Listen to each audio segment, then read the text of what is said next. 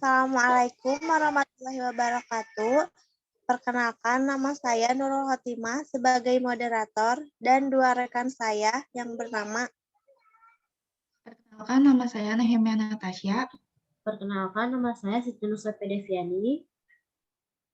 Di sini kami akan mempresentasikan modul mata kuliah Teknopreneur yang berhubungan dengan manajemen operasional dan manajemen sumber daya manusia. Yang pertama, kami akan menjelaskan tentang kewirausahaan yang akan dijelaskan oleh rekan saya. Kewirausahaan adalah individu yang menggunakan sumber daya yang dimilikinya untuk menangkap peluang, kemudian disebut sebagai seorang wirausaha. Definisi wirausaha memiliki kemiripan dengan definisi dari manajemen, yaitu proses pengelolaan sumber daya yang dimiliki oleh organisasi untuk mencapai tujuan tertentu. Bisnis merupakan organisasi yang memiliki tujuan untuk menghasilkan keuntungan melalui pengelolaan sumber daya yang tersedia. Dalam rangka menghasilkan keuntungan, suatu bisnis perlu memiliki suatu keunggulan kompetitif agar dapat bertahan di pasar. Selanjutnya akan dijelaskan oleh rekan saya. Kewirausahaan merupakan suatu proses yang dilakukan oleh seorang individu dalam rangka menangkap peluang menggunakan sumber daya yang dimilikinya. Selanjutnya akan dijelaskan oleh rekan saya. Di sini saya akan menjelaskan mengenai manajemen operasional. Manajemen operasional adalah bidang yang secara khusus membahas tentang efisiensi dan efektivitas pengelolaan sumber daya yang dimiliki oleh suatu bisnis atau unit usaha untuk mencapai keunggulan kompetitif. Manajer operasional memiliki 10 tanggung jawab untuk menentukan 10 keputusan strategis.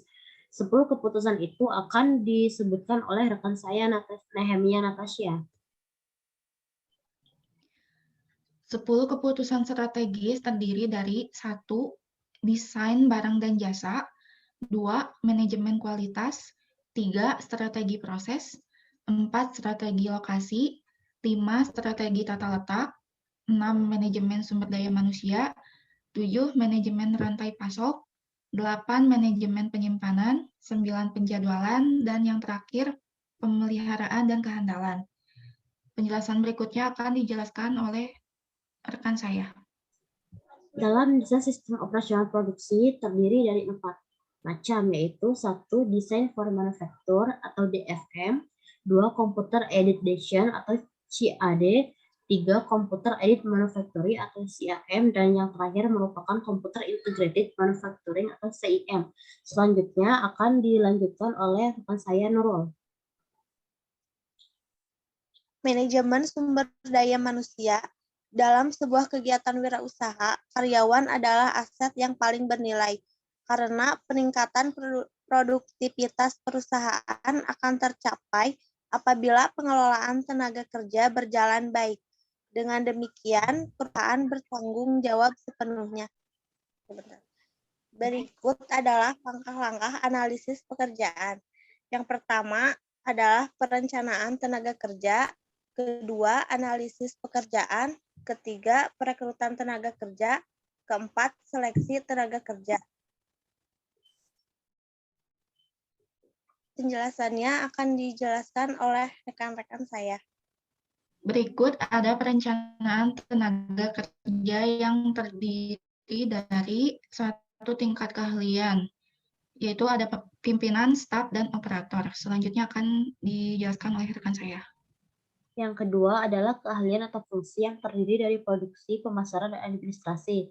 Selanjutnya akan dibacakan oleh rekan saya Natasha. Ada pula analisis pekerjaan, yaitu untuk memperjelas tugas-tugasnya. 1.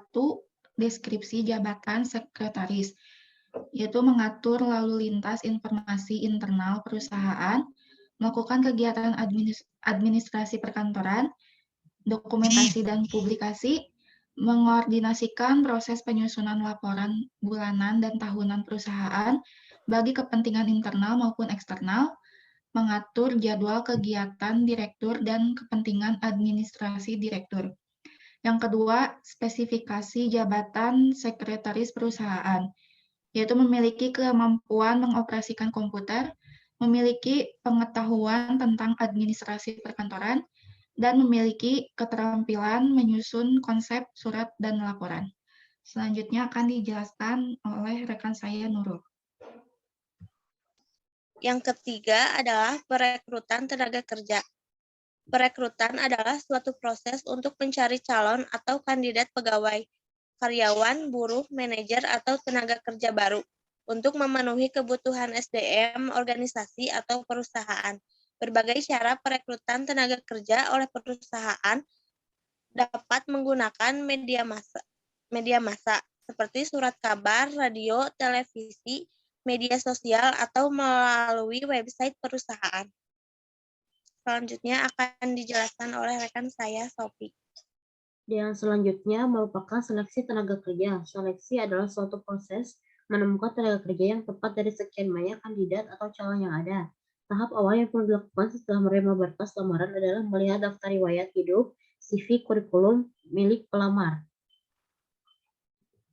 Berikut adalah presentasi dari kelompok kami tentang manajemen operasional dan manajemen sumber daya manusia. Mohon maaf bila ada kata atau penjelasan yang kurang baik. Wabillahi taufiq wal hidayah. Wassalamualaikum warahmatullahi wabarakatuh.